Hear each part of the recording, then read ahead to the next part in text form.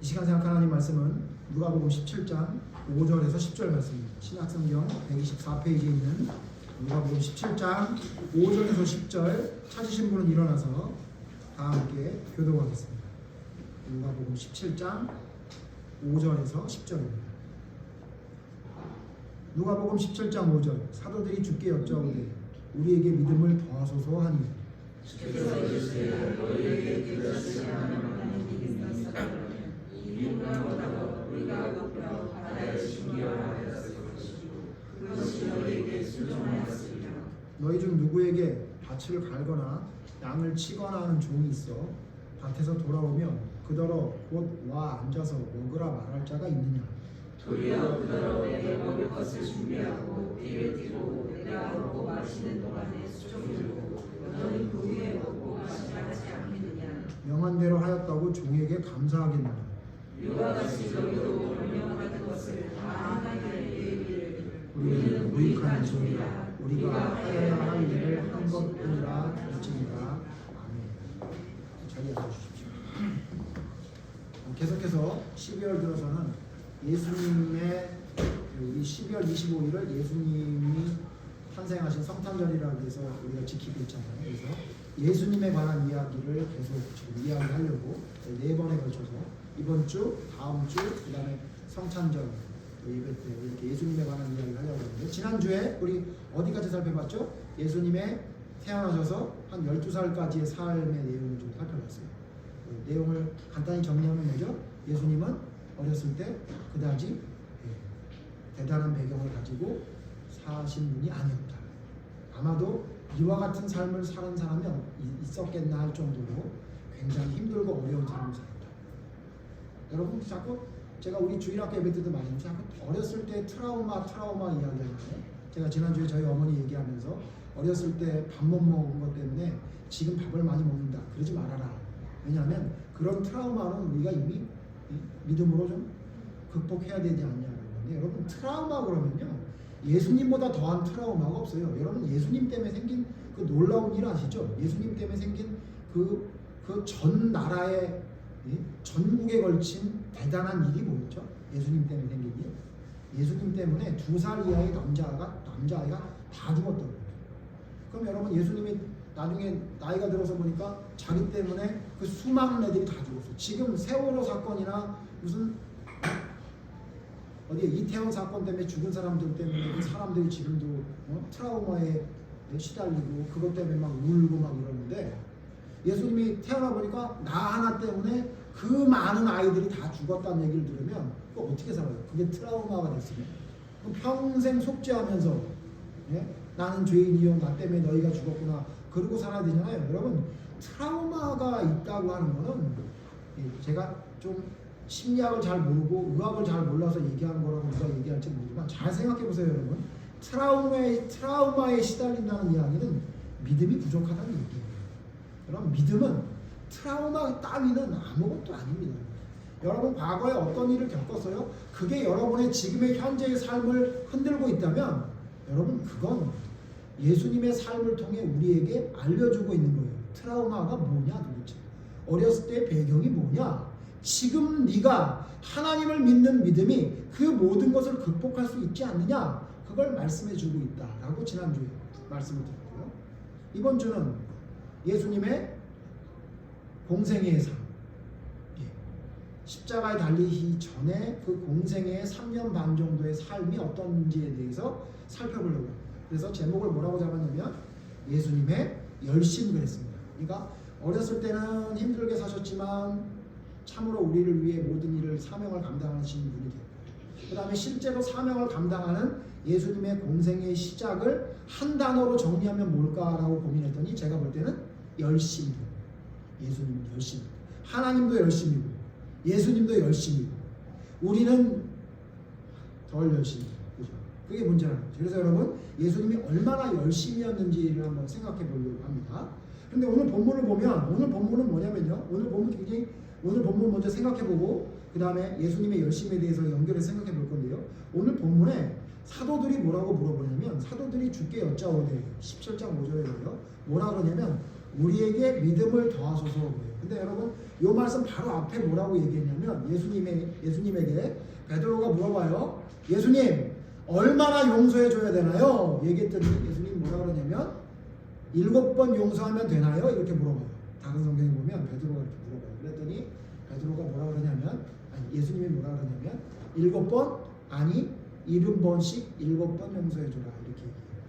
그 이야기가 끝나자마자 연결되는 말씀이 뭐냐면 사도들이 물어봐요.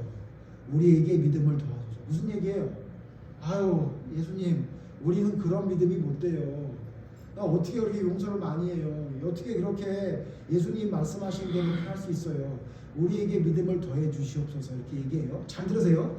믿음을 더해달라고 하니까 예수님이 이렇게 말씀하시지 않으셨어요. 예수님이 니들 믿음이 모자라? 그럼 내가 믿음을 어떻게 하면 더 성장하게 되는지 가르쳐 줄게 이렇게 말씀하시지 않고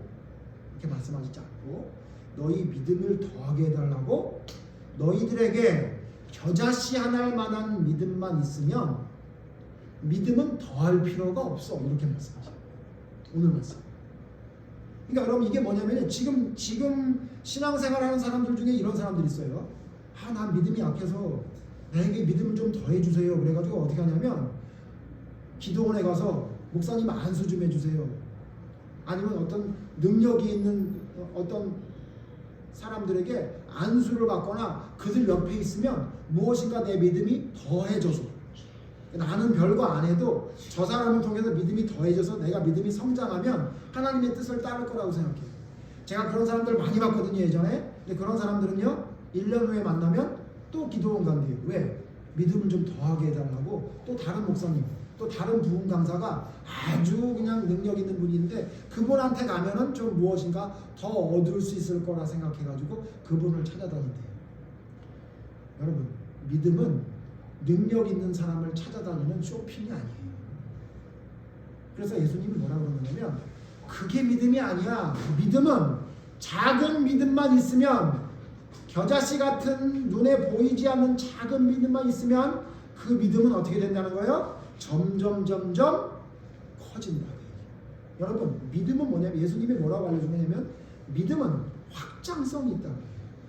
믿음은 믿음에다 뭘 더해 얹어주는 게 아니라 작은 믿음만 있으면 그 믿음이 점점 커진다 이렇게 말하고 있어요. 그 똑같은 말씀이 있어요. 그런 예수님이 똑같은 말씀하신 적이 있어요. 오늘 봤던 누가복음 17장 말고요. 조금 앞으로 넘기면요 13장에 보면 예수님이 이렇게 설명하셨죠. 누가복음 13장 18절에 이렇게 말하셨어요. 누가복음 13장 18절 제가 있습니다. 그러므로 예수께서 이르시되 하나님의 나라가 무엇과 같을까? 내가 무엇으로 비교할까? 그러니까 하나님의 나라를 어떻게 설명할까 이런 거예요. 그때 뭐라고 말씀하시냐면 19절 마치 사람이 자기 채소밭에 갖다 심은 겨자씨 하나 같으니 자라 나무가 되어 공중의 새들이 그 가지에 깃들었느니라. 지금 앞에서 말했던 겨자씨가 점점 커져서 엄청나게 큰 나무가 돼서 주변에 있는 새들이 거기서 쉬게 된다라고 이야기하면서 하나님의 나라는 이런 것과 마찬가지라고 설명했어요. 지금 우리가 봤던 본문하고 거의 똑같은 말씀이죠. 그리고 뭐라 그랬냐면요 20절 또 이르시되 내가 하나님의 나라를 무엇으로 비교할까? 그것으로 모자라셨는지 하나 더 비교해요. 같이 읽죠. 21절 시작. 마치 여자가 가루 소말 속에 갖다 넣어 전부 불리한 그릇과 같으니라. 제가 예전에 말씀드렸지만 여러분 누룩, 이스트라고 얘기하는 거죠. 그 누룩을 밀가루를 반죽하든지 무슨 반죽을 해서 거기다가 넣으면요 어떻게 되는지 아세요? 조금만 넣어놔도 점점 부풀어서 전체를 다 풍선처럼 키우죠. 뭐라 그런 거예요? 하나님의 나라는 이와 같다. 여러분 여기 하나님의 나라라고 했지만 사실 이게 뭐죠? 이게 올바른 믿음이죠. 그러니까 믿음이란 건 작은 것 하나만 들어가도 어떤 현상이 나타난다는 거예요? 점점 확장된다. 커진다. 점점 커진다. 그러니까 예수님이 지금 뭐라고 얘기한 거예요? 너희들이 나에게 지금 믿음을 더해달라 그래? 내가 보기엔 너희들 믿음이 없는 거야. 믿음은 조금만 있으면 점점 커지는 확장성의 특징이 있어. 너희들 지금 내가 너희에게 말을 해도 나에게 믿음을 더해 주시옵소서가 말한 건 뭐냐면 너희들 믿음이 없다는 거예요. 믿음은 조금만 있으면 성장한다. 성장하지 않는 건 믿음이 아니야. 이렇게 말하는 거예요. 그래서 예수님 뭐라 그래요? 풍랑 앞에서 제자들이 예수님은 자고 있는데 풍랑 앞에서 두려워서 예수님을 깨울 때 예수님 뭐라 그래요? 누가복음 8장 25절에 너희 믿음이 어디 있느냐 도대체. 너희들 왜 이렇게 믿음이 없이 두려워하느냐 그랬잖아요. 무슨 얘기예요? 믿음이 없어서 그런 거예요. 믿음이 있으면 성장한단 말이죠. 또 뭐요? 무리를 걸어서 오시는 예수님을 보고 마가복음 14장에 제자들이 귀신인 줄 알고 깜짝 놀라요. 근데 예수님이 뭐라 그래요? 나다 그래요. 그때 베드로가 뭐래요? 만일 주님이시여든 나로 명하여 무리를 걷게 해주세요. 그러죠. 그래서 예수님 뭐라 그래요? 그래 내려와 그래요. 그랬더니 몇 발짝 걸다가 베드로가 빠지죠. 그때 예수님 뭐라 그랬죠? 믿음이 적은 자여 왜 의심하느냐 그랬잖아요. 여러분 무슨 얘기냐면요. 그래서 여러분 성경상에 무리를 걸어본 유일한 사람이 몇 발짝 걸어본 유일한 사람이 베드로란 말이에요. 근데 그 베드로가 걸었으면 계속 걸어갔어야 되는데 그냥 빠졌죠. 왜 그래요? 믿음이 없어서 그래. 믿음이 없어서. 여러분 우리의 삶 속에 풍랑을 만나고 힘든 일이 있어요. 그때 우리가 왜 거기에 흔들리는지 아세요? 믿음이 없어서 그래요. 믿음이 없어서 그렇다고요. 그렇기 때문에 우리가 하나님께 바랄 건 내 믿음에 믿음을 더해 주세요. 그러면 여러분 안 되는 거란 말이에요. 여러분 믿음이 없어서 그런 거예요. 하나님 내가 믿음이 없군요. 아예 하나도 없군요. 내가 믿음을 지식으로만 생각하고 있었군요. 하나님 내게 믿음을 주시옵소서. 겨자씨만한 진짜 믿음을 내게 심어 주시옵소서. 그러면 하나님 내가 점점 성장해서 하나님의 믿음에 도달할 수 있겠습니다 라고 생각해요.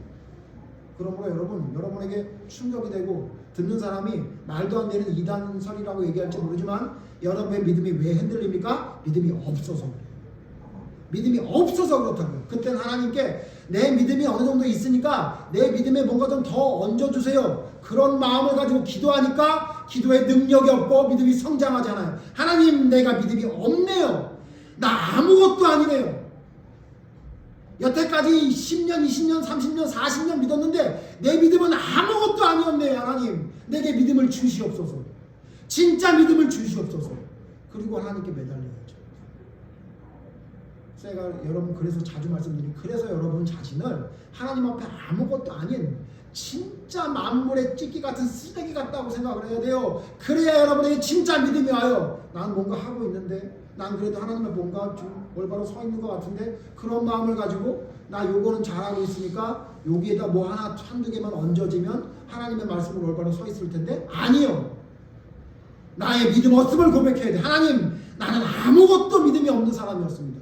내게 진짜 믿음을 주시옵소서. 바리새인 같은 저런 외식하는 믿음이 아니라 진짜 믿음을 조그만한 겨자씨라도 심어 주시옵소서. 이 시간 그러면 내가 그 믿음에 의지하고 성장하고 확장해서 밀가루를 완전히 뒤집어놨던 변화와 같은 변화가 내 삶에 있게 될 줄로 믿습니다. 그리고 여러분 진짜 믿음을 구해야 해요. 오늘 말씀에도 겨자씨만한 믿음만 있으면 너는 반드시 모든 것을 할 수 있을 것이라고 예수님이 말씀하고 있습니다. 그리고 여러분 또 뭘 강조하냐면요. 그 믿음을 가진 사람이 확장이 되는 것뿐만 아니라 그 확장되는 사람의 특징이 있는데 그게 뭐냐면 실천이에요. 실천. 오늘 뒤에 말씀 뭐였죠? 겨자씨만한 믿음이 있으면 된다고 말씀하시고 그 다음 뭐라 그러죠? 어떤 종을 얘기하면서 그 종에게 뭐라 그러냐면 종이 밭을 갈다가 돌아와서는 자기 주인한테 나 배고프니까 밥 주세요 그러는 종이 있냐는 거예요. 밭에서 밭 깔고 일했던 건 지가 원래 할 일. 집에 와서는 또 뭘 해야 되는 거예요. 집에서 할 일이 있잖아요. 종이. 자기가 할 일을 다 하고 그 다음에 뭐라고 고백하는 게 진짜 하나님의 종인데요. 나는 무익한 종이다. 내가 해야 될 일을 할 뿐입니다 라고 말하는 게 진짜 하나님의 종이라고 오늘 이야기하고 있어요. 무슨 얘기죠? 하나님의 종은 어떤 게 있다는 거예요? 하나님의 올바른 믿음은 점점 확장하는 확장성을 가지고 있지만 그 확장성을 가지고 있는 진짜 믿음의 사람은 어떤 사람이라는 거예요? 모든 일에 직접 실천하는 사람. 이러지 않는다는 거예요. 아 밭에서 일하고 왔는데 나 좀 쉬게 해주세요. 이렇게 안 한다는 거예요. 밭에서 일한 건 일한 거. 집에서 들어온 건 집에서 일하는 거. 그걸 다 하고 난 다음에도 뭐라고 얘기한대요? 하나님 나는 무익한 종이요. 할 일을 그냥 할 뿐입니다. 이렇게 얘기합니다. 저는 요즘 믿음의 사람들을 보면요. 자기가 무슨 대단히 뭔가를 하는 거라고 생각하고 있어요. 나는 대단히 뭔가를 했다고 착각을 하고 있어요. 그러니까 이 정도 했으면 됐어 라고 얘기해요. 제가 오늘 뒤에 이제 이야기하겠지만 여러분 믿음에 이 정도 했으면 됐어 라는 믿음이 있나요? 없어요. 진짜 믿음은 뭐냐면요. 진짜 하나님이 원하시는 올바른 겨자씨만한 진짜 믿음은 뭐냐? 계속 실천하게 만들어요. 우리를 계속 실천할 수 있는 사람으로 만들어요. 그래서 밭에서도 일하고 돌아와서도 일하고 끝나고도 또 무슨 일을 할까요? 이런 사람이에요. 그래서 제가 말씀드렸죠. 남편들, 아내들 제발 그런 짓 하지 마라. 밖에 나가서 일하고 돌아와서 내가 지금 밖에 나가서 돈 버느라고 얼마나 힘들었는데 지금 나한테 왜 이렇게 스트레스 받게 이딴 소리 하지 말라고 그랬잖아요. 남편 들어오면 내가 집안에서 애들 보고 지금 집안일하라고 얼마나 힘들었는데 밖에서 그 별것도 아닌 일을 하고 돌아와가지고 왜 내 일을 안 도와줘 이렇게 승질내지 말고 어떻게 하라는 거예요? 어떻게 하라고 말씀드렸어요? 남편은 밖에 나갔다 집에 돌아오면 어떻게 일하라고요? 여보 내가 밖에서 남편으로서 해야 될 밖에서 일을 하고 왔으니 이제 남편으로서 해야 될 집안일을 뭘 해야 될까? 내게 일할 걸 줘. 내가 일할게. 이렇게 얘기하는 거예요. 아내는 또 뭐라 그래요? 내가 아내로서 집안일을 다 했으니 남편이 들어왔으니 내가 당신을 위해 아내로서 무슨 일을 할까? 이래야 된다고요. 이게 성경에서 말하는 피차복종이라고. 피차복종. 근데 어떻게 살아요 우리는? 남편들은 우리 교인들 중에는 그런 사람이 한 사람도 없을 줄로 믿습니다. 일하고 돌아와서는 소파에 누워가지고 리모컨 돌리면서 아내가 뭐 해달라 그러면 지금 집안일은 네가 해야지. 나한테 시키는 거야. 나 지금 힘들어 죽겠는데 이러고 앉아있고 아내는 또 뭐라 그래요?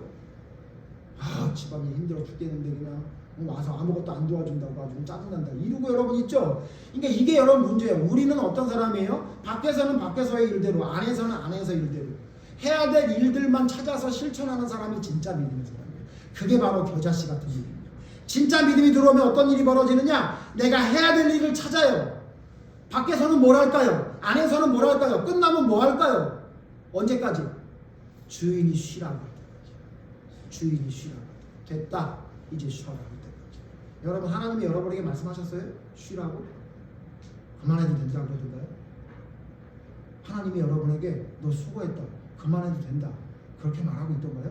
성경에 그만해도 된다고 난 그만해도 된다고 생각했다가 착각이었던 유명한 사람이 있죠. 누구죠? 엘리야가 나는 열심히 특심하오니 여러분 솔직히 말해서 엘리야처럼 살 수 있는 사람 있어요? 여기 중에? 여러분 구약 전체를 통틀어서 죽지 않고 하늘에 올라간 사람 딱 두 사람인데 그 중에 한 사람이 엘리야예요. 우리는 아무리 노력해도 그 진짜 표현이 좀 그렇지만 그 신발끈도 풀지도 못할 사람일걸요. 예? 예수님에게 세례 요한이 그랬던 것처럼. 근데 그 세례 요한이 그 어마어마한 일을 하고 하나님 앞에 열심히 특심하오니 그랬더니 하나님 뭐라 그랬어요? 수고했다 그랬어요? 수고했다 그런 것처럼 보이시죠? 까마귀를 통해 가지고 먹을 거 갖다 뭐 주고 뭐 먹을 거 주고서 뭐 일어나라 뭐 기운 차리라 그러니까 성경 잘 보세요. 하나님 뭐라 그랬어요? 너 세 가지 일 더 해야 돼 그러잖아요. 여러분 우리의 사명이 끝나는 건요 우리의 생각대로가 아니에요. 끝까지 다 했는 줄 알았는데 아직도 할 일이 남았대요. 그게 성경에서 말하는 하나님의 사람이 하나님의 뜻대로 살아가는 사명의 실천성이에요. 근데 우리는 확장성도 없고 실천도 못해요. 그러면서 내 믿음은 문제가 없다고 생각하죠. 그러니 여러분 우리는 배에서 풍랑을 만날 때 두려워 떨었던 제자들처럼 두려워 떨기나 물 위를 걸으라고 했더니 몇 발짝 걷다가 옆에 있는 풍랑과 파도를 보고 겁이 나서 빠지는 베드로와 같은 삶을 살아갈 수밖에 없는 거예요. 그건 진짜 믿음이야. 진짜 믿음이란 우리로 하여금 점점 확장되게 하고 우리로 하여금 무엇을 실천할 수 있는 힘을 주는 힘이 됩니다. 믿음이란 확장되는 것이고 이는 실천할 때 능력이 나타나요. 그리고 실천할 때 의심 없이 묵묵히 실천할 때 하나님의 능력이 나타나요. 그래서 여러분, 믿음은 실천이에요. 믿음은 삶으로 실천할 때 그 능력이 나타나요. 자, 오늘 제가 이 얘기를 왜 하느냐? 그 실천을 몸소 실행했던 모범적인 100점짜리 표본이 누굽니까? 예수님. 자, 그래서 예수님의 실천을 한번 살펴볼까요? 예수님은 어떻게 실천하셨을까요? 그래서 예수님의 공생의 3년 반 정도의 삶을 한번 살펴봤습니다. 그래서 제가 이걸 예수님의 실천을 두 가지로 정리해봤습니다. 자, 예수님은 어떻게 사셨던 실천했던 분이냐? 예수님을 보면 진짜 이 실천했던 올바른 삶이 뭔지를 알 수 있는데, 예수님의 실천 첫 번째인데요. 예수님의 실천을 통해 우리에게 알려주시는 교훈이 있는데 그게 뭐냐면요. 제가 이렇게 정리해봤습니다. 첫 번째 뭐냐면 육신의 편한 시간을 늘리려 하지 마라. 불편하시죠? 또 불편할 것 같아요. 다시요. 육신의 편한 시간을 늘리려 하지 마라. 자, 예수님 살펴볼까요? 예수님이 자신의 육신의 편한 시간을 늘리려고 뭘 노력한 적이 있나요? 안 그랬어요. 성경 찾아볼게요. 예수님이 지난주에도 봤지만 예수님은 어느 정도로 바꾸셨냐면요. 마가복음 보세요. 마가복음 3장 보시면 마가복음 3장 20절에 이렇게 말하고 있어요. 마가복음 3장 20절 같이 읽죠. 마가복음 3장 20절 57페이지에 있는 마가복음 3장 20절 다 같이 읽죠. 시작. 집에 들어가시니 우리가 다시 모이고 식사할 겨를도 밥 먹을 겨를도 없었대요. 자, 밥 먹을 겨를도 없다는 이야기를 마가복음에 여기만이 아니라 또 기록했어요. 6장 보세요. 6장 31절. 마가복음 6장 31절. 6장 31절. 다 같이 읽죠. 이르시되 너희는 따로 한적한 곳에 가서 잠깐 쉬어라 하시니 이는 오고 가는 사람이 많아 음식 먹을 겨를도 없습니다. 제자들에게 잠깐 가서 쉬래. 근데 쉬는 것도 잠깐 쉬래. 왜 그런가 했더니 오고 가는 사람이 너무 많아서 음식을 먹을 겨를도 없대요. 밥 먹을 겨를도 없이 여러분 살아보셨어요? 저도 뭐 가끔은 그렇게 살아봤습니다만, 예수님은 3년 반 동안의 삶을 마가복음에 마가가 뭐라고 얘기하고 있냐면 예수님은 밥 먹을 겨를도 없이 사셨다 이렇게 말하고 있어요. 여러분, 왜 예수님이 이렇게 바빴죠? 왜 예수님이 밥 먹을 시간이 없었죠? 장사를 하셨나? 뭐 때문에 이렇게 바쁘셨죠? 예수님이 이렇게 바쁜 이유가 뭐죠? 예수님의 바쁜 이유를 알 수 있는 성경이 있어요. 누가복음, 우리 봤던 성경 누가복음 4장이세요. 누가복음 4장. 예수님이 왜 이렇게 바쁘셨을까 했더니 누가복음 4장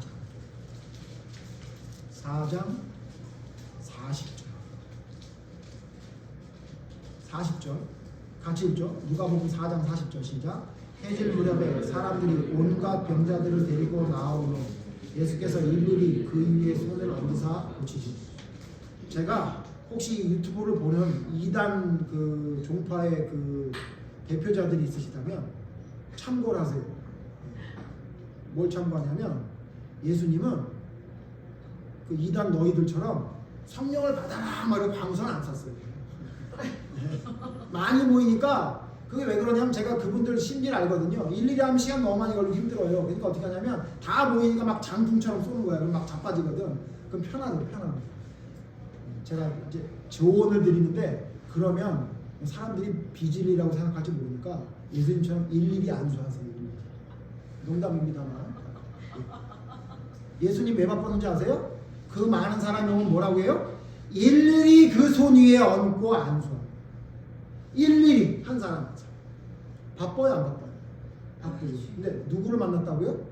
어떤 사람 만났어요? 대학 졸업자, 뭐 교수들 만났대요? 누구요? 병자 만난 거예요, 병자. 여러분, 지금 장사가 제일 잘 가는 데가 어딘지 아세요? 병원이에요, 병원. 독감 끝나면 무슨 간염 뭐 끝나면 무슨 코로나 끝나면 뭐 계속 나오죠? 질병 계속 나오죠. 병원 가보세요. 문전성시해요. 밥을 못 먹는데요, 의사들. 간호사도 힘들어 죽겠대요. 근데 거기는 돈 받아 안 받아요? 돈 받아. 예수님 돈 받아 안 받아? 안 받아. 10배는 더 많이 먹었을걸요. 그렇죠? 예수님이 왜 밥 못 먹고 힘들었는지 아세요? 예수님이 병자들하고 있었거든요. 그러니 바쁠 수밖에. 그러니 그렇게 따라올 수밖에. 고쳤어요? 못 고쳤어요? 고쳤잖아요. 한 번도 보지 못한 소경도 고치고, 한 번도 이전에 소경을 눈 떴다고 한 걸 들어본 적이 없다고 그러잖아요. 그것도 고치시고, 죽은 사람도 살아나게 하시고, 중풍병자도 눈앞에서 고치시고, 사람들이 보통 따라다녀요? 수만 명이 따라다녔다고. 근데 예수님은 어떻게 했대요? 일일이 안수했대요. 일일이 한 사람씩 만났대요. 바빠요, 안 바빠요? 바쁘죠. 여러분, 예수님의 삶을, 여러분, 우리가 믿음을 가진다 그러면 보통 뭐라 하냐면, 예수님을 따라갈래요? 예수님의 길을 따라가겠습니다. 예수님과 같이 순종하겠습니다. 그럼 예수님처럼 하면 되잖아요. 방법을 알려드리는 거예요. 어떻게 하면 된다고요? 예수님처럼 실천하면 돼요. 근데 어떻게 하면 된다고요? 예수님처럼 바꾸라고요. 예수님처럼. 또 예수님은 병자들과 있는 것도 힘들어 죽겠는데 또 누구들과 같이 있었는지 아세요? 아시죠? 누가복음 5장 30절. 누가복음 5장 30절. 뭐라고 해요? 같이 읽죠? 누가복음 5장 30절 시작. 바리새인과 그들의 서기관들이 그 제자들을 비방하여 이르되 너희가 어찌하여 세리와 죄인과 함께 먹고 마시느냐. 죄인들하고 같이 있었어요. 제가 이런 표현 드려서 죄송한데, 죄인들하고 같이 있는 게 힘들까요? 아니면 죄가 없는 사람하고 같이 있는 게 힘들까요? 여러분, 죄 있는 사람하고 있는 게 힘들어요. 왜 그런지 아세요? 죄가 있는 사람들은 말이 많아요. 말이 많아요. 죄가 없는 사람들은 말을 많이 안 해요. 그래서 제 아내가 저한테 말을 많이 안 해요. 본인은 죄를 별로 안 돌려줬고. 저는 말이 많을까요? 적을까요? 저는 말이 많아요. 왜요? 핑계할 것도 많고 설명할 것도 많아요. 저희 아내는 설명도 안 합니다. 쭉 듣다가. 근데 그게 맞아? 그러면요, 그 두 마디로 저는 그냥 깨요예요. 왜 그래요? 죄가 많은 사람은 말이 많습니다. 그리고 부탁도 많아요. 제 아내가 저한테 부탁을 할까요? 안 할까요? 별로 안 합니다. 벌레나 나와야 부탁하지. 별로 부탁하지 않아요. 저는 부탁을 할까요? 안 할까요? 수시로 부탁합니다. 이거 이체 좀 해줘. 저거 이체 좀 해줘. 왜? 통장이 될 게 없으니까. 죄인들은 그래요. 그렇게 돼 있어요. 여러분, 그렇지 않아요? 예수님이 죄인과 함께 있었다. 얼마나 귀찮은지 아세요? 더군다나 그때 당시에 죄인들은 자기들과 함께하는 사람이 없었어. 근데 예수님이 함께한데 얼마나 많이 모였겠어요? 얼마나 기뻤겠어요? 얼마나 할 말이 많았겠어요? 내 말은 아무도 안 들어주는데. 그러니 예수님 바빠요, 안 바빠요? 바빴다고요. 밥도 먹을 시간이 없었대요. 그래서 제가 여러분 좀 외람된 얘기인지 모르지만, 예수님이 누가복음 22장 39절에 습관적으로 기도하셨다 그러는데요. 왜 습관적으로 기도했나 제가 가만히 생각해 봤더니, 쉬시려고. 쉴 시간이 없어요. 잘 시간도 모자라고. 그 시간에 하나님과 대화해야 쉬면서 힘을 공급받아요. 그래서 습관적으로 기도하시는 거예요. 여러분이 왜 습관적으로 기도 안 하는지 아세요? 여러분, 체력이 남아 돌잖아요. 그죠? 체력이 남아 도니까 설명하겠습니다만 쓸데없는 짓을 많이 하거든요. 그러니까 여러분, 기도할 시간이 없는 거예요. 여러분이 힘이 방전돼서 더 이상 내가 살아갈 힘이 없으면 하나님 앞에 도와주세요라고 할 수밖에 없어요. 아까 우리 찬송 불렀죠. 하늘을 볼 겨를도 없이 정신없이 살다가 더 이상 내가 할 게 없게 되니까 그때서야 하나님을 찾는다고 했던 그 가사가 너무 우리가 공감되지 않아요? 내가 남은 힘이 있을 땐 내가 하고 싶은 거 하고 살다가 정 완전히 아무것도 없을 때 그제서야 하나님을 찾는데, 여러분의 삶이 정말 밥도 못 먹을 정도로 바쁘고 힘들게 하나님의 의를 위해 살아가면요, 기도를 당연히 하게 돼 있어요. 근데 여러분이 딴짓을 하거든요. 딴짓을 할 힘이 남아있으니까 안 찾는 거예요. 여러분, 제가 뭐라 그러냐면, 육신의 편한 시간을 늘리려 하지 마라. 자, 예수님은 혼자 있으면 뭐 하셨냐면요, 기도하셨죠. 누가복음 4장 16절에 보면요, 예수님이 혼자 있을 때 뭐 했는지 아세요? 찾아보죠. 여러분, 모으실까봐. 누가복음 4장 16절. 기도만 하신 거 아니에요. 예수님 혼자 계실 때 뭐 했는지 아세요? 누가복음 4장 16절 같이 읽죠. 시작. 예수께서 그 잘하시는 모습.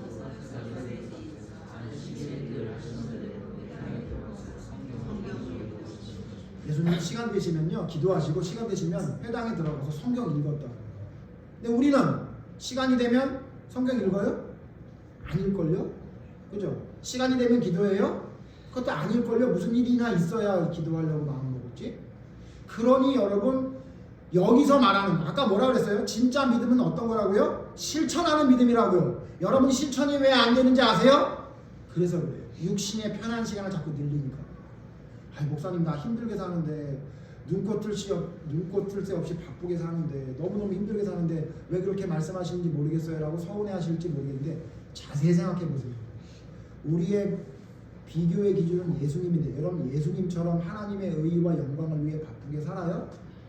그러면 여러분 잠도 잘 오고요, 기도도 자연스럽게 나오고요, 성경을 볼 수밖에 없다. 제가 왜 이 말씀 드리냐면, 육신의 편한 시간을 늘리려 하지 말라는 얘기는 뭐냐면, 예수님은 그렇게 살지 않으셨어요. 예수님은 혼자 시간을 좀 보내시려고 그러면 기도했고 성경 읽고 이렇게 하셨지, 우리처럼 살지 않았어요. 우리 돌아봅시다. 여러분 시간이 생기면 뭐예요? 여러분 시간이 여유가 생겼어요. 혼자 좀 편한, 육신의 편한 시간이 생겼어요. 여러분 뭐 하시죠? 세 가지 하는 것 같아요. 제가 요 세 가지만 멀리 하세요. 첫 번째, 멍. 아주 그냥 TV에서도 불멍이니 무슨 뭐 별의별 멍이 있어. 물멍이니 뭐 물 바라보고 바다 보고 멍하니 멍이 있고 불멍도 있고, 그게 뭐 자기에게 도움이 된다 그러는데, 여러분 예수님이 멍 때릴 시간이 없으셨어요. 그 멍하고 있는 것 자체가 여러분 글러먹은 거예요. 예? 여러분 삶 속에 멍하니 있는 시간에 여러분 하나님의 의의를 생각한다, 그럼 다행이죠. 아마 그 멍하는 시간에 하나님을 생각한다면 핑계대지 말고 기도하세요. 무슨 멍하고 있어요. 여러분 편한 시간 자꾸 멍 때리는 시간 늘면 편하죠. 그래서 불 피워놓고 멍하니 앉아있으면 야, 참 힐링된다. 참 힐링될 것 같으세요? 그 신앙적으로? 예. 여러분 육신의 편한 시간만 늘리면 여러분 절대로 하나님 앞에 올바로 설지 못하고, 그러니까 실천이 안 돼요. 여러분 삶 속에 그 말씀대로 실천이 돼서 나의 믿음이 점점 겨자씨가 자라서 나무가 되는 것처럼, 누룩이 들어가서 점점 커지는 것처럼 능력으로 힘이 나타나야 되는데 안 나타나. 왜 그래요? 육신의 편한 시간 자꾸 늘리니까 그래요. 두 번째, 육신의 편한 시간 늘리는 거 여러분 뭐 하나 봤더니 그놈은 폰 보느라 시간 그냥 가는 줄 못해요. 요즘 심각한 문제입니다. 이거 진짜 저도 심각하게 느끼고 있어요. 당근 얘기해서 그런데, 당근 온도수 봐봐요. 그거 어떻게 올랐겠어요? 그만큼 봤을 거 아니에요. 네? 그래서 요즘은 시간을 정해요. 시간을 정해서 그 시간 이상은 당근하지 않는다. 그래서 그 시간에 열어서 눈에 띄지 않는 건 하나님이 사라고 하는 거 아니다, 이렇게 생각하고 있어요. 여러분 폰이 여러분에게 무슨 생명을 줘요? 여러분이 폰을 가지고 사도 바울의 기독교 강의가 어떤 내용인지 살펴본다든가, 루터가 종교 개혁할 때 얼마나 힘들었는지, 우리 믿음의 선배들이 얼마나 고난의 길을 갔는지 자료가 다 있거든. 그건 한 번도 본 적 없잖아요. 그리고 무슨 틱톡이니 무슨 트위치니 뭐 그런 짤데기 없는 거나 쳐다보고 앉아있어요. 여러분 시간 보내죠. 육신의 편한 시간, 여러분 편하죠? 머리도 편하고, 예? 마음도 편하고 몸도 편하죠. 여러분 그렇게 그런 시간, 혼자 있는 시간 그런 거 하니 예수님처럼 혼자 있는 시간을 사용하지 않잖아요. 마지막 세 번째 뭐냐면, 이거 제가 만든 건데, 팁이에요. 팁. 멍, 폰, 그 다음에 팁. 팁이 뭐예요? TV를 줄인 거예요. 팁. 니네들은 다 줄이면서 내가 줄이면 이렇게 무시해요. TV 보죠, 여러분. TV. 집에 앉아서 여러분 혼자 있을 때 뭐 하세요? TV 틀어놓고 멍하니 앉아있으면 거기서 나오는 말도 안 되는 이야기나, 예? 그 현실감 없는 드라마 같은 거 보면서 그렇게 흐뭇하게 웃으면서 좋으면서 여러분 시간 보내잖아요.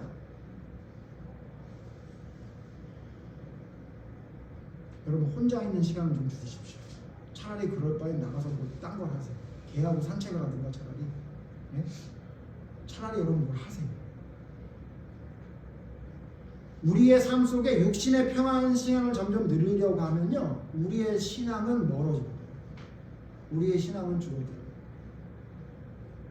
그 다음 예수님이 어떻게 살았는지 어떻게 실천하셨는지 봤더니 육신의 편한 시간을 늘리지 말으려고 우리에게 알려주시기 위해 그렇게 밥 먹을 시간도 없이 열심히 살았는데, 두 번째 예수님의 실천을 통해 알 수 있는 두 번째 우리에게 말씀하신 하나님의 명령이 뭐냐면요, 결과에 연연하지 말고 최선을 다하라. 다시 이거 결과에 연연하지 말고 최선을 다하라. 이게 무슨 얘기냐면, 우리는 어떤 습성이 있냐면 내가 무엇인가 최선을 다해서 뭘 한 다음에 그 결과가 좋지 않으면 낙심해요. 그리고는 또 뭐예요? 멍 때리고 폰 보고 TV 보고. 하여튼 뭐 좀 했다가 좀 잘 안 되면 그냥 또 멍폰 TV로 가요. 그게 아예 이게 패턴이에요. 근데 여러분, 예수님의 삶을 자세히 보세요. 예수님은요 결과에 연연하지 않고 항상 최선을 다하셨어요. 마태복음 20장 28절 예수님 뭐라 그랬죠? 내가 너희에게 섬김을 받으려 하는 것이 아니요 뭐하라 했대요? 섬기려 하고 있대요. 예수님은 제자들이나 사람들에게 섬김을 받으러 온 게 아니라 그들을 섬기려 왔대요. 자, 섬기는 자가, 아까 예수님 우리 본문 말씀 봤어요. 섬기는 자가 주인이 자기한테 뭐라고 얘기하는 거에 따라서 상황이 달라지지 않는다는 거죠. 밖에서 일했으면 돌아와서 나를 쉬라고 말하지 않아도 와서 또 집안일을 해야 되는 게 종이 원래 당연한 일이라고 했죠. 예수님이 그 말씀을 그냥 하신 게 아니라 본인이 그렇게 사셨잖아요. 제자들을 위해 발을 씻겨줘요. 제자들을 위해 먹을 걸 먹여줘요. 제자들을 위해 계속 얘기하고 가르쳐주고 또 혼내기도 하고 가르쳐줘요. 그랬더니 그 제자들의 결과가 어떻게 됐어요? 한 놈은 팔아먹고, 한 놈은 3번이나 저주하고 부인하고, 나머지 10놈은 다 도망치고. 예? 예수님을 향해서 종려나무를 흔들면서 호산나 다윗의 자손이요 왕이시여 했던 사람들 다 어디 갔어요? 다 도망갔잖아요. 다 모른 척하고 입 다물고 있었잖아요. 예수님이 그때 십자가에 달리셔서 아, 저런 싸가지 없는 놈들, 내가 저런 놈들을 위해 이런 일을 했단 말인가 이랬어요? 뭐라 그랬죠? 심지어 자기를 죽이는 자에게도 뭐라 그랬어요? 저들은 저가 지금 뭘 하는지 쟤네들 죄를 모릅니다. 하나님 용서해 주시옵소서 그랬잖아요. 결과가 어떻든 상관하지 않으셨어요. 모든 일에 최선을 다했어요. 모든 일에. 근데 우리는 예수님처럼 최선을 다하지도 않아놓고, 오늘 주일학교 설교 때 잠깐 얘기했습니다만 한 3년 동안 무화과나무 그냥 방치해놓고 열매가 안 열리네, 그냥 찍어버려야 되겠다 이렇게 생각하는 사람처럼 그렇게 생각하는 것 같아요. 그리고는 도랑을 깊이 파고 걸음을 주고 내가 최선을 다해보겠습니다 그런 마음이 별로 없어. 그냥 에이 안 되는가 봐, 에이 이건 글렀나 봐. 여러분, 결과에 연연하지 말고 최선을 다해야 그게 진짜 성경이 말하는 올바른 믿음의 실천이에요.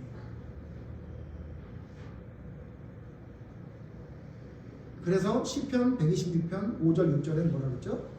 눈물을 흘리며 씨를 뿌리는 자에게는 기쁨으로 단을 거두는 날이 반드시 온다. 눈물을 흘리며 씨를 뿌려야 되는데 눈물은 흘리지도 않고 씨 대충 뿌려놓고 안 자란다고 땅만 탓하고 날씨만 탓하고 있는 사람, 그런 사람이 우리의 믿음이 아닌가 돌아봐요. 자, 여러분 좀 어렵게 얘기했지만 이 두 가지를 합쳐서 한 단어로 제가 한마디로 좀 얘기하면 뭐냐면요, 아까 뭐라 그랬죠? 예수님의 실천을 통해 우리가 배울 수 있는 게 첫 번째가 육신의 편한 시간을 늘리지 마라. 두 번째가 뭐라 그랬죠? 결과에 연연하지 말고 최선을 다하라. 이 두 가지를 한마디로 딱 정리하면 뭐냐면요, 귀찮아하지 말아요. 여러분 귀찮아하지 마세요. 여러분 귀찮은 거 많죠. 여러분 지금 예수님 예를 들어 설명해 볼까요? 여러분 죄인들하고 같이 있는 게 귀찮아요, 안 귀찮아요? 귀찮다고요. 귀찮다고요. 하나에서 열까지 다 얘기해주고 다 간섭해주고. 병자랑 같이 있는 거 귀찮아요, 안 귀찮아요? 오랜 병에는 효자도 없대잖아요. 귀찮다고요. 예? 여러분 귀찮아요. 여러분 귀찮은 게 여러분 삶 속에 계속 늘어나잖아요. 그럼 여러분의 믿음은 하나님의 뜻과 점점 멀어져요. 여러분 예수님은 귀찮은 게 없으셨던 분이에요. 아이들이 올 때 제자들이 막았죠. 왜 막은 거예요? 아 저기 가라 저리 가. 귀찮아. 오죽하면 약장사들도 애들은 오지 말라 그러잖아. 귀찮아. 예수님 뭐라 그랬어요? 데려와라. 이 아이 같은 이런 마음을 가진 자가 천국에 간다 그러고 애들 오는 거 하나하나 다 애들 받아줘, 병자 받아줘, 죄인 받아줘. 예수님이 귀찮은 게 있어요? 여러분 우리 돌아보세요. 여러분 귀찮은 거 많죠? 귀찮은 거 많죠? 여러분의 삶에 귀찮은 게 많이 생길수록 하나님과 거리가 멀어집니다. 그러니까 실천이 안 돼요. 예수님의 오늘 말씀 잘 들으셔야 돼요. 밖에 나가서 일했어요? 집에 들어와서 뭐예요? 집안일 하세요. 그게 원래 좋은 할 일이에요. 언제까지요? 눈물을 흘리며 씨를 끝까지 뿌리는 자. 그 자가 거둘 수 있는 거예요. 그게 성경에서 말하는 올바른 믿음의 삶을 살아가는 열심으로 사는 믿음이에요. 그 믿음이 있을 때 그 믿음이 점점 자라서 가로 서마를 부풀리기도 하고 그 작은 믿음이 겨자씨처럼 있을 때 점점 커져서 그게 나무가 이루어져요. 그 믿음이란 뭐냐? 우리의 삶 속에 열심히 실천할 수 있는 힘이 됩니다. 그게 믿음이에요. 근데 그 믿음을 막는 게 뭐냐? 그 귀찮은 거. 육신의 편한 시간을 늘리려고 하는 거. 뭐를 조금 해놓고 결과가 안 좋으면 그 결과에 연연하는 그 한심한 마음. 그 마음 때문에 여러분의 믿음은 성장하지 못하고 멈춰져요. 그 믿음이 진짜 믿음이 여러분 속에 심겨지지 않았기 때문에 우리의 삶 속에 예수님과 같은 놀라운 능력이 나타나지 않는 거예요. 이렇게 말하면 뭐하냐고. 여러분 집에 와서 또 똑같이 생활하면 아무 의미 없는 거예요. 여러분 오늘 말씀을 듣고 진짜 예수님과 같은 열심으로 살아갈 마음이 생겼어요? 그럼 여러분 육신의 편한 시간을 늘리려고 하는 여러분의 마음을 거두세요. 결과에 연연해서 조금 하다가 최선을 다하지 않고 조금 해보고 간보고도 안 하고 해보고 안 하고 그런 거 아니라 그 결과가 나의 등에 칼을 꽂는 배신이 된다 할지라도 나는 내 주어진 상황에 최선을 다한다 생각하고 여러분 매사에 최선을 다하는 그러면 예수님과 같은 그 놀라운 일들이 우리에게 나타나는 겁니다. 마지막 이 모든 말씀을 한마디로 요약된 성경 말씀이 있어서 찾아봅시다. 에베소서 4장 1절에서 3절. 에베소서 4장 1절에서 3절이에요. 제가 1절 읽겠습니다. 여러분 2절 3절 같이 읽죠. 에베소서 4장 1절. 그러므로 주 안에서 갇힌 내가 너희를 권하노니 너희가 부르심을 받은 일에 합당하게 행하니 오래 참으며 사랑하는 서로 응하고 평안에 매는 줄로 성령이 하나 되게 하신 것을 힘써 지키라. 내가 너희를 부르신 이유가 뭐래요? 부르신 이유에 합당하게 행하기 위해서. 하나님이 우리를 선택하고 부르신 이유는 뭐예요? 그 부르심에 합당한 행동을 하게 만드는 거예요. 어떤 행동이에요? 겸손하고 온유하고 오래 참고 서로 용납하고. 그래서 하나님께서 우리에게 명령하신 것을 힘써 지키기 위해 노력하는 자.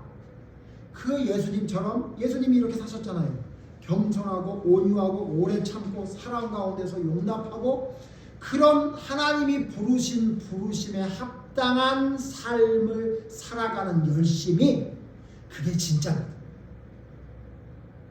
여러분 돌아보시고 나에게는 진짜 이와 같은 올바른 믿음이 삶에 뿌리 내리고 있나? 만약 그 믿음이 뿌리 내리지 못하고 있다면 혹시 내 육신의 편안한 시간을 늘리려고 살고 있지는 않나? 조금 뭐 해놓고 결과에 따라서 이랬다 저랬다 하는 결과에 연연하는 삶을 살고 있지 않나? 여러분이 돌아보시고 진짜 올바른 믿음이 여러분의 삶에 여러분의 마음에 뿌리 내려서 성장의 결실을 맺을 수 있는 그러기 위해 예수님과 같은 열정과 열심을 가지고 매사에 최선을 다하는 여러분의 삶이 되기를 바랍니다. 그러면 반드시 여러분을 부르신 합당한 목적대로 하나님의 놀라운 역사가 삶에 일어나게 될 것입니다. 기도하겠습니다. 하나님, 예수님은 우리의 삶 가운데 놀라운 능력을 우리에게 보여주셨습니다. 그 능력이 어디서 왔나 했더니 하나님 믿음이었습니다. 그의 믿음 가운데 올바른 능력이 나타남을 오늘 말씀을 통해 보게 됩니다. 예수님은 열심으로 함께 하셨습니다. 개인적인 시간을 가지려고 살았던 분이 아니라 하나님의 열심을 가지고 그 믿음을 가졌던 믿음의 사람이었습니다. 그 예수님이기에 바로 그 놀라운 모든 일들을 능력을 행할 수 있음을 우리가 깨달았사옵니다. 그 예수님의 열심이 우리의 열심이 되게 해주시옵소서. 그 예수님의 열심과 같은 열심이 우리의 믿음의 삶이 될 수 있도록 인도해 주셔서 우리의 삶 가운데 하나님의 놀라운 능력이 나타날 수 있는, 예수님이 살았던 그 믿음을 따라갈 수 있는 놀라운 능력이 우리의 능력이 될 수 있도록 하나님 역사하여 주시옵소서.